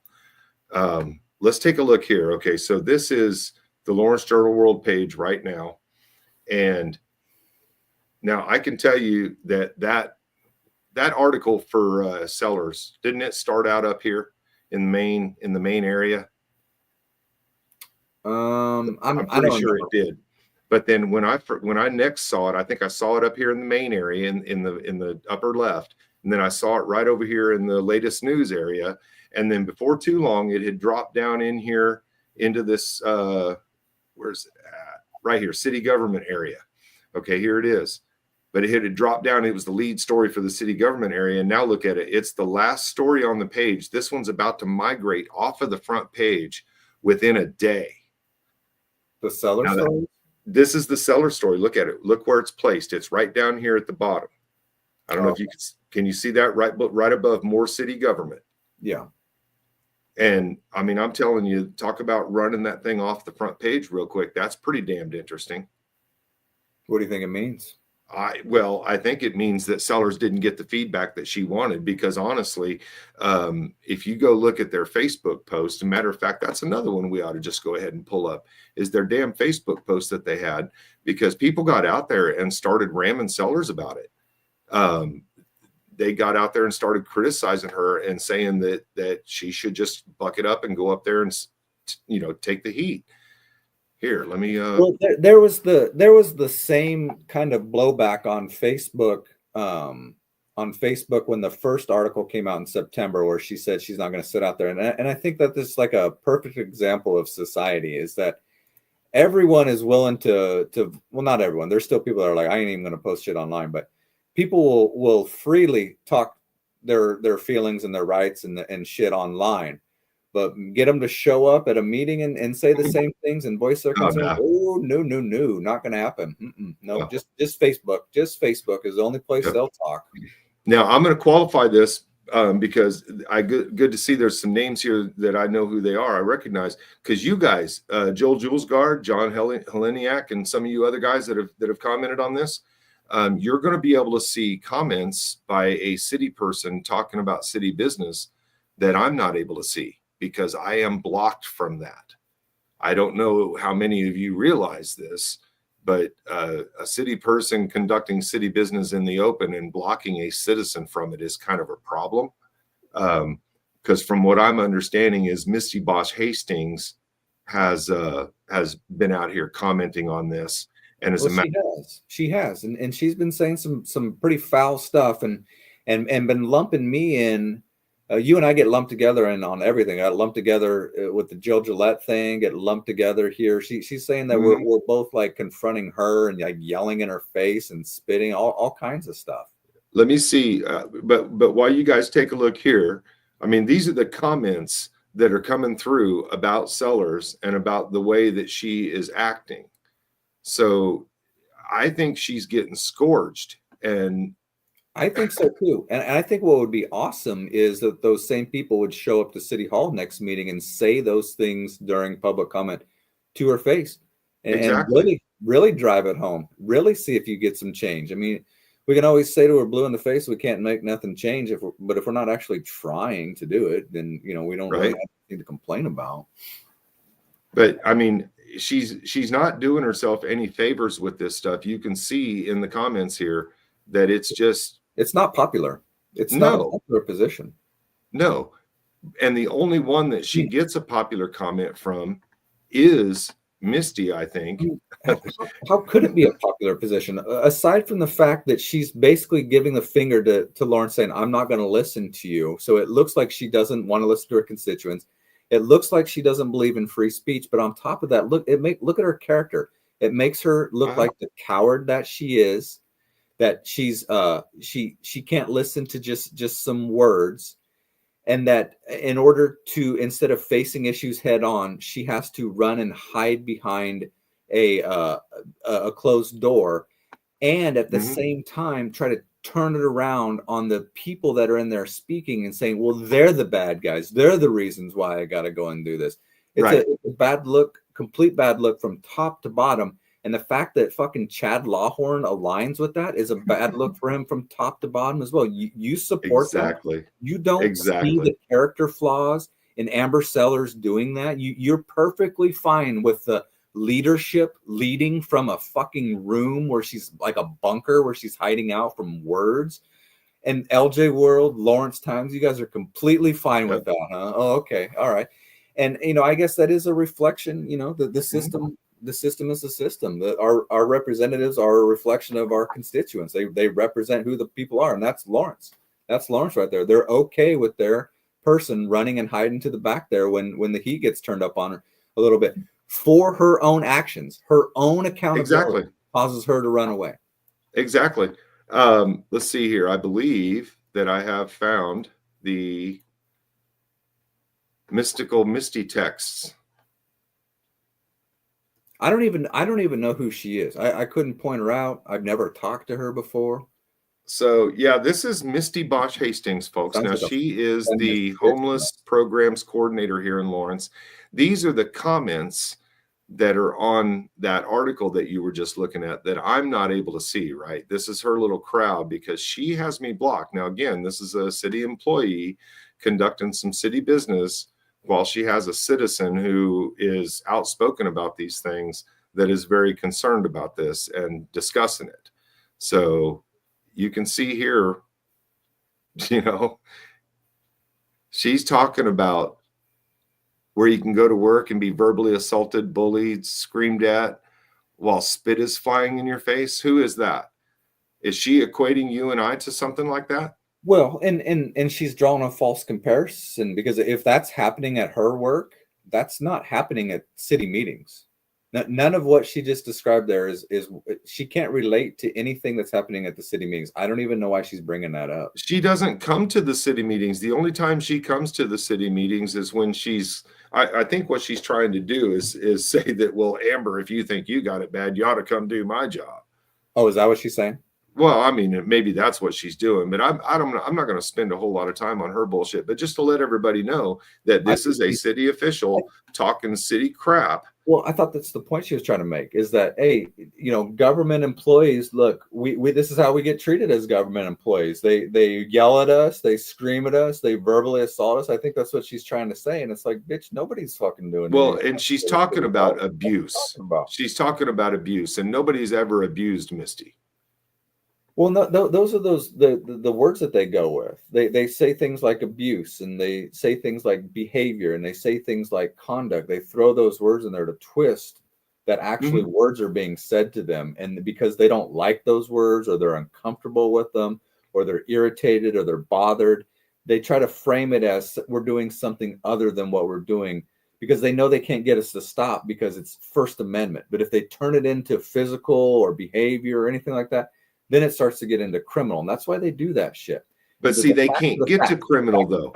Huh? They can't get to criminal. That's the problem for them. They keep trying to act like we've done all kinds of things that can be considered criminal things, and they're just not. That's why it goes back to if LJ World had a shred of integrity, they wouldn't report that there were threats going on because they would know that none of that has happened because like we said, if it did happen, LJ World would be running a front. I'm not even joking. It would be a front page fucking news story in Lawrence. It'd be the top story. It has never happened. It has never happened, and LJ World knows that. But they still run with that fucking narrative as if our behavior is doing something, or we are actually threatening them. It's like, show us the fucking receipts, man. There are none. Well, and no different than what happened down in Elk County with them. She's going to make all kinds of things saying that we did this, we did that, and no charges are ever filed. Well, how do you get there? And meanwhile, LJ World, Lawrence Times have all sorts of examples, all sorts of receipts that they could use to report on how the city commission is inconsistent and is unequal and discriminatory. They have all kinds of examples, and they haven't reported a single thing about it. But meanwhile, they have no examples of threats, no examples of abuse, but yet they report it as though it's happened. It's an amazing fucking thing, man.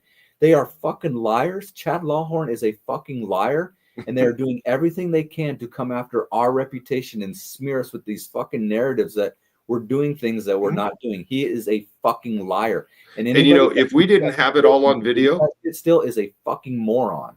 If we didn't have it all on video, their story would carry the day, and we would have done all those things. It probably still is carrying the story to the majority of morons there that would even refuse to look at the video evidence. It's out there. All this stuff is on our channels. You could go look at it. All is. Every bit of it. Chris is not wrong. They like to be sensational because they try to sell papers because they're a dying paper. I mean, I remember when LJ World used to print, and they used to have paper carriers going in there behind there picking up papers at night, and they'd be all over the place. And now they're down in a strip mall somewhere, and they put out a 2 times a week edition or something. I don't know. Well, I'm flattered, LJ World, that I'm your biggest draw. Me and Michael are your biggest draw. I'm flattered, but it's fucking dishonest. It's hypocritical. You all are liars, and you're attempting to do serious fucking damage to me and Michael. So. Well, and I told Chad Lawhorn here not too long ago in an email. I told him I bet I get more hits than you do on a daily basis. So no doubt about it. I'm sure he didn't like that too much. No doubt about it. But I'm going to go ahead and let's see which one is this. How stupid they are. They are refusing to even do anything on YouTube. Their YouTube channel is as fucking stagnant as possible. They're just refusing to even do anything that could boost views. Without having to do these smear things, these sensational pieces. They're so far behind on everything. Well, and honestly, I went out to take a look at this stuff, and their highest view video is the same one I figured it would be. Yeah. Let's see. I'm going to fast forward us up to the 17th, which is the day. This is just a couple days ago when we went in there. And, I think this evening when we went in there was it the trigger for something that Amber's all of a sudden has to go run and hide again? Well, you called her out on it again. You called her out. Is that all it takes? It seems like it. The headline of that article says like if the abusive behavior persists or something like that. Like she just wanted to get back out into the headlines or something like that. Like she's still going to be there, but I might not be if these guys don't knock it off, kind of thing.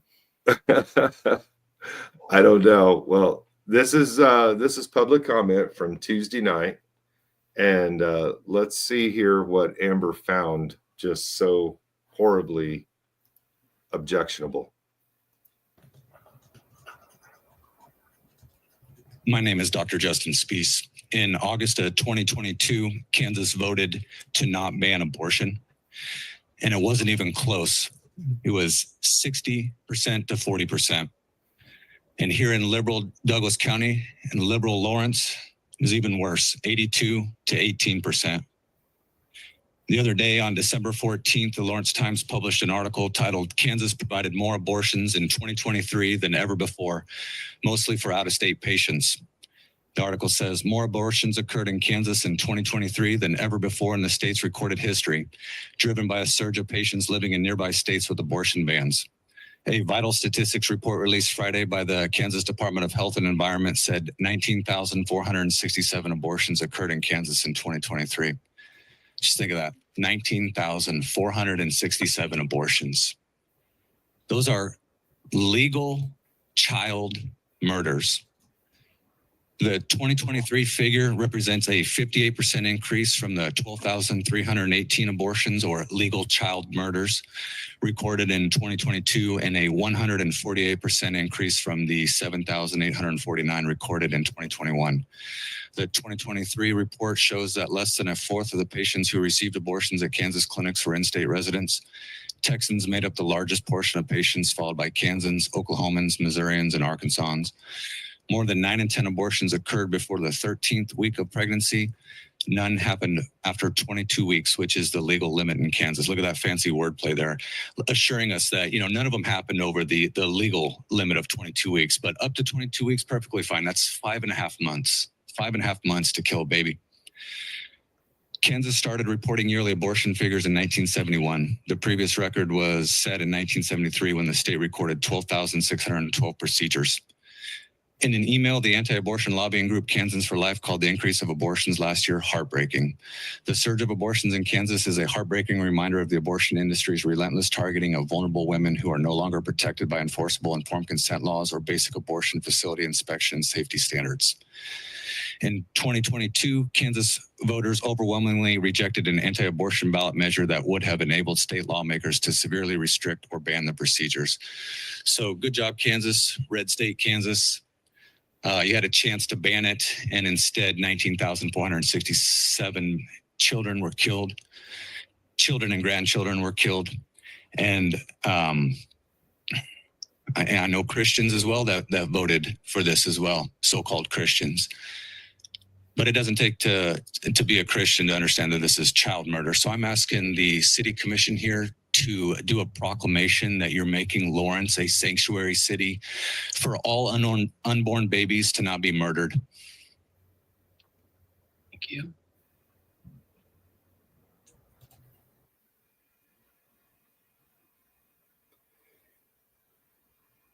Hey, Chris made a good point there in the comment that you just had up there. So LJ World reached out to Misty Bosch Hastings on her fucking her message in Facebook comment, but they didn't even bother, of course, to reach out to me and you, even though we're named in the fucking article that they published. Is that what happened?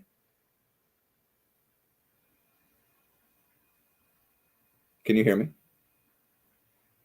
Yeah, I can hear you. I'm sorry. I don't ever get a call from them. Do you?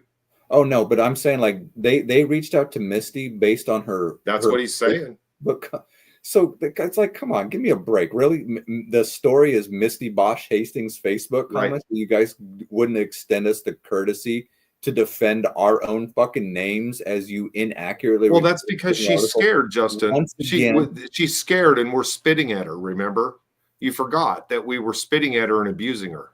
Yeah, exactly. But like I said, like I don't even know who she is. I've never talked to her. I couldn't pick her out in a fucking lineup if I had to. I've maybe seen her at a meeting, but I don't know who she is. Some bitch, I guess. I don't know. Some feminist fucking bitch. More about selling papers and helping the city. I don't know. We'll see what Misty's postings on Facebook. They're trying to target us, Chris. I mean, you know it. We all know it. But I want to go back to this video. I want you to look where Larson is looking, because she just can't help but show her disdain for him. Now we go back to the beginning of this, and when Justin first walks up there, she looks and sees who it is. You see, she looks out that way and she sees who it is. And I'm talking about Mayor Larson, who's over here in the center on the right, the older lady. She looks and she sees who he is. And then my name is Dr. Justin. Even look at this guy. I'm just going to tote it forward here. Look at where she can't make eye contact. She can't look at him. She's looking away everywhere but him the whole way through. And man, I got to tell you, this is there's one time she kind of glanced over that direction. A politician that can't even look at a citizen who's speaking to him. That's freaking pathetic, man. It's funny. Whenever I'm up there speaking, I always just assume none of them are looking at me. I just assume none of them are showing me any respect. No, I pay attention. I pay attention to them every time. And, I've noticed that, just like I'll call out Bart here and you'll see him. I want you guys to pay attention when I'm speaking. Pay attention to Bart up here in the top right corner, because these guys, they act like just because we make them uncomfortable with the things that we say, that it's some kind of abuse, or it's some kind of a law violation, or it's some kind of something that we've got to be thrown out of the meeting for. We make you uncomfortable because you're shitty at your jobs. Right. It's something that's off limits. Like, we're not allowed to do that because they're the elected officials. They demand the respect. And if you do anything outside of that, then you've wronged us in a way that we can now violate your rights and get you the fuck out of there. And it's only because of the words. It's not behavior, it's not conduct. That we're not saying there's no threats whatsoever. Never. It's obvious what threats are. Threats are, I'm going to do this to you. That kind of thing. That's never happened. Never. Because that's not how we are, man. That's not how we are. That's not what we're about. Why can't you make eye contact with somebody you don't like? Why can't you look at somebody when they're speaking to this commission? You didn't even look his direction until you saw me filming you. She's looking at me. Why can't you look at somebody you don't like? You're doing it now because you kind of have to, don't you? And you want respect. Fuck you and your respect. Why are you here, Amber Sellers? Has the tone and nature changed enough for you yet? Or did your little charade end when Bart's not the mayor anymore to cover for you? And Bart, I noticed that you were just dying to shut Justin down there. I saw the face twitching, the looking around. I mean, you were just the most uncomfortable dude in school while he's talking. I'm damn glad that you're not sitting in a position to be able to get us in more lawsuits. Maybe you'll learn what it's like to sit for 3 fucking minutes and listen without pulling your bullshit. Just makes you uncomfortable as hell, doesn't it? Look at you in that chair. Just makes you uncomfortable as hell to have somebody question your authority. Do you know how many lawsuits you've got the city into personally? Personally, Bart. We're going to court over mine. And I saw the officer coach you, buddy. I can't release the body cam, but I have it. I saw the officer coach you. We'll be talking about that a lot. I got a minute and a half left. Amber, why the hell are you out here? I think I'll give about a minute and a half for her to answer here. Maybe she can tell us why her charade ended as soon as Bart wasn't the mayor anymore. Why did that end, Amber? And why can't you make eye contact with somebody you don't like? You guys work for all the people, not just a few of them. You need to fucking remember that. You don't just work for the few that may have voted for you, the few that like you, and you got your little shit-eating grin over there. Go ahead.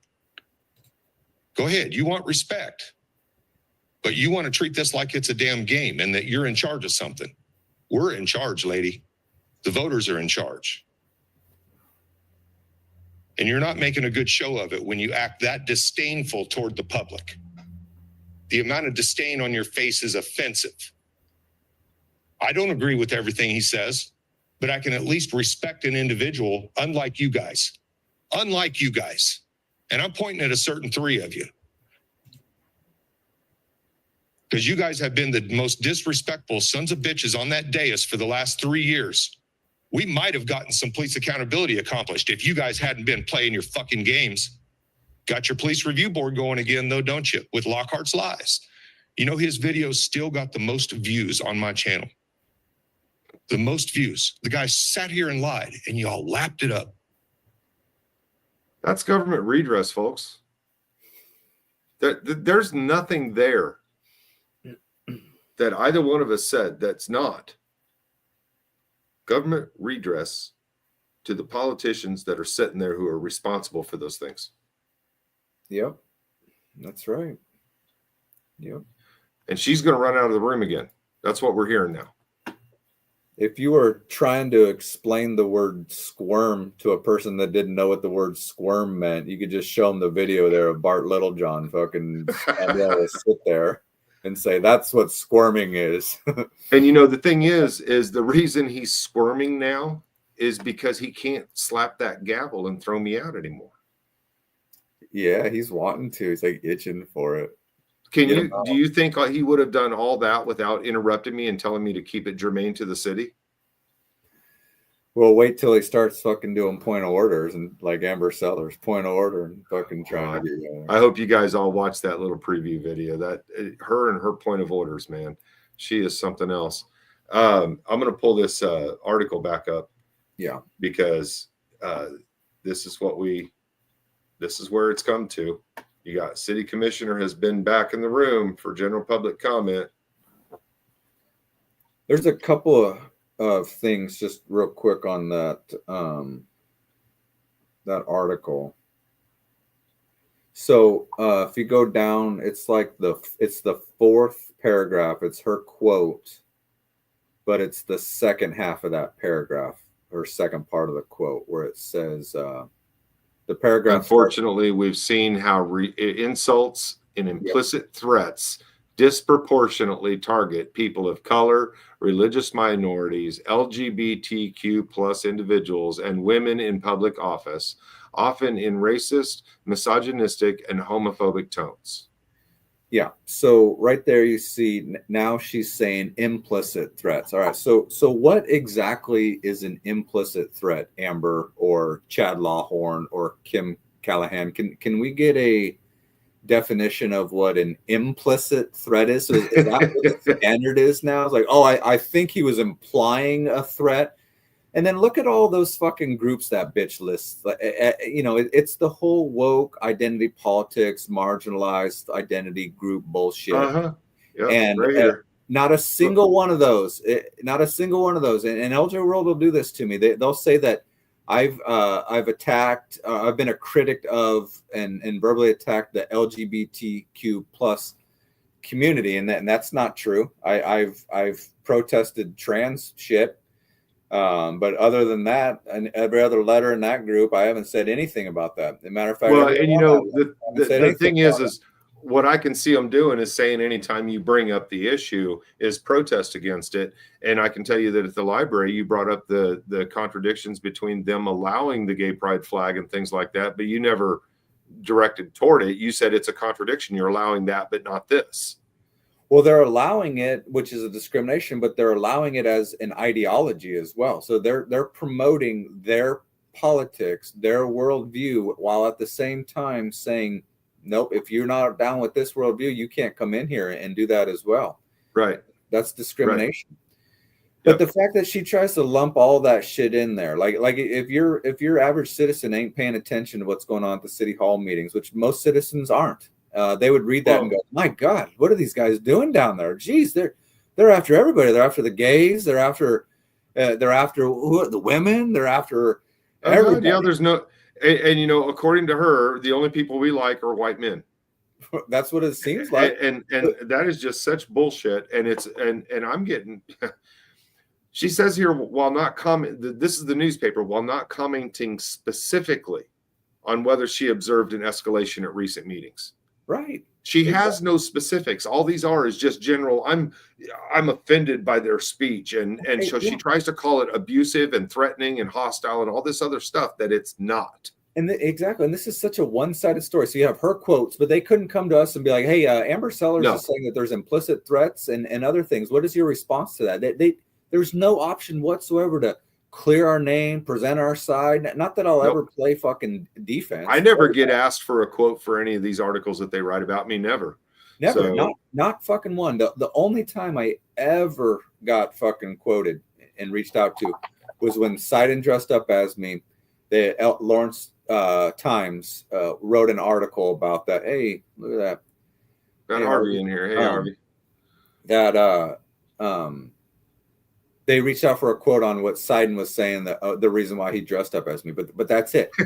This would be the example. If you were ever going to reach out to somebody for a quote in the story, it'd be this, right? Because you've named both of us, and you've also allowed just the person that's alleging these awful things against us as lies, as half truths, not even half truths, as lies. And you're not even going to give us the opportunity to throw a quote in there and say the other side of the story. Okay, Chad Lawhorn. They name us both specifically, but don't contact us for anything. Nothing. Nope. So, yes, but that's how the LJ world rolls. We've known that for quite a while. That's how they do it. And I keep going back to, it's the readers that keep them in business. Obviously, people are keeping them in business. Like, stop fucking paying for that garbage. This article here, regardless of how you feel about me and Michael, I guarantee you probably don't fucking like me. But just use some common sense. We're laying it out there. Well, you have to guarantee they don't like you. What's that? Well, you have to guarantee they don't like you. Well, I mean, I'm just saying, like, you don't have to like someone that the LJ world is attacking to see it for what it is. They are naming both of us in that article and only quoting the person that's alleging these things at us, when they very easily could reach out to us before they run the story for a comment, and they won't.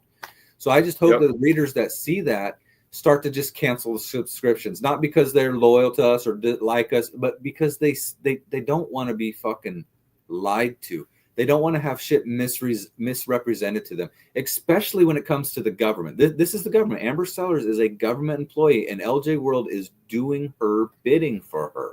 Carrying their water. I mean, I've said that over and over and over. They're just carrying their water. It's sick. It's disgusting to think about that there are Americans that are like that. That Chad Lawhorn is an American. Believe it or not, an American that acts like that is it's just vile.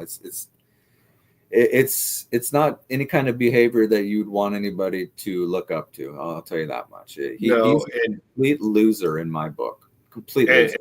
We've seen everything like this on steroids with Jill Gillette down in Elk County, the way she wields her authority and such down there. And I think pretty much, if you guys aren't familiar with Jill Gillette by now, I mean, that's a pretty simple one to keep in mind. But there's another one that's been happening right now.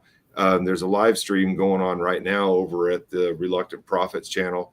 And Lane's called himself Charlie Bucket tonight. But Mike TV, okay.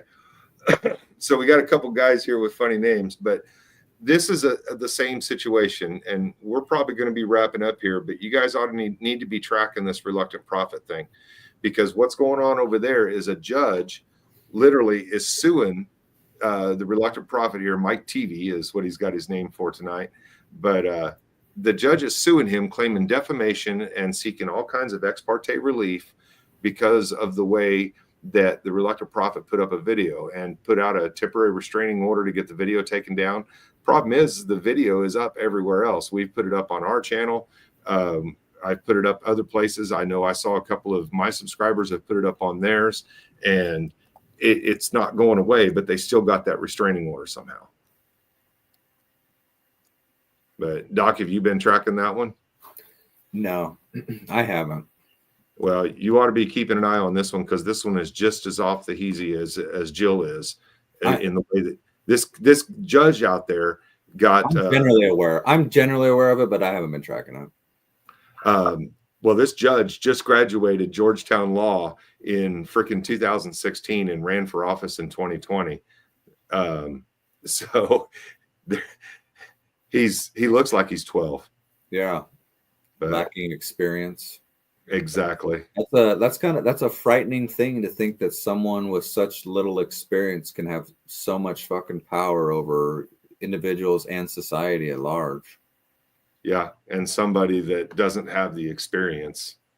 Bro, Josh Bassel, Lawyer Dog, Gary Jones, Tuck Police. I think you might be finishing up. Was this the live stream from hell? With Harmony, Brent Shimko, Radio Nerd. But you guys go check out the stuff that's going on over there with Judge Bell. Stay tuned for some more on Jill Gillette. We just posted some information about the new hearing dates that are coming up. That'll be in January. Doc, what do you got going on for anything for the rest of the year? Are we good for the end of the year here now? Oh, who really knows? Things just kind somebody's gonna pull a bad card, right? things just kind of come up. I was just sitting here thinking, it's like, it seems like every time you and I do a live stream, in response to what either entities have done to us, like Jill Gillette or LJ World, we do a live stream. Days afterwards, they either do another story on us or press charges in some way. So who knows? In the next couple of days, maybe some will come up. But heading into the new year, I think all of the city and county meetings are done for the year, so there won't be any until the next year. So there's no meetings to attend or anything like that. But. Well, if there was ever a call to action to make, let me do this. Let me say that everybody, I want you to, if you know a needy family out there that needs food for the holidays, go buy a duck and get them a nice moist duck with some dark meat and some white meat and some gravy and some mashed potatoes, and make a meal out of it in honor of some of these people that are just ducking stupid, man. Yep. So, well, Doc, any last thoughts? Oh, I don't think so. We went about 2 hours tonight, so I appreciate everyone that tuned in and is following what we're doing and is interested in what we're doing. And then just always, just my typical hope to inspire people to go out and start using their voice as well. Go to a meeting, man. That's the best thing you can do, is go to a meeting. And if you're not going to speak, at least go there and start paying attention, get up to speed on what's going on. And I guarantee you, if you go to a meeting too often, you're going to find something that irritates you that you're probably going to want to speak about if you're paying attention at all, because there's some screwed up shit happening in just about every government hall in the whole country. Exactly. These meetings, they're kind of their own ecosystems. Like you go there and you start to learn the ins and outs. You see the characters that are there. You see the people that speak. You see the regulars. But then you start to see how the commission operates and who the commissioners are and who's running stuff and how it's ran, what's going on behind the scenes behind the elected officials that are running stuff. I say it's more interesting than anything you'd watch that you're sitting at home watching on TV. You're like, I can't make it to a meeting because I'm busy, but you're home sitting watching TV. I'm like, man, there's more interesting stuff going on down at City Hall. You might as well go check that out instead. Yep. All right, guys, have a good night. Stay tuned for more. We're always out there.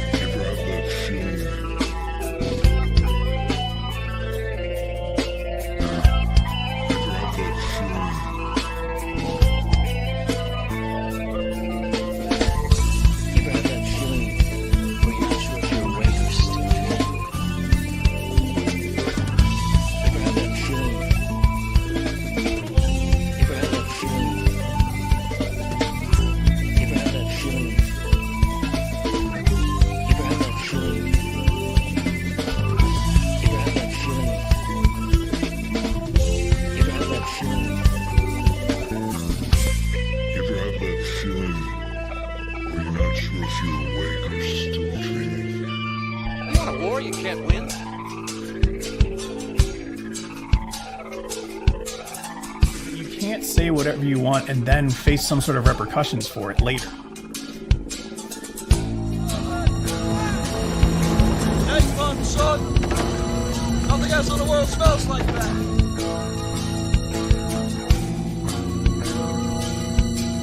Kansas has possibly the weakest open records law in the country. Retaliatory animus, had it not been for that negative feeling towards speech, they would have not done that.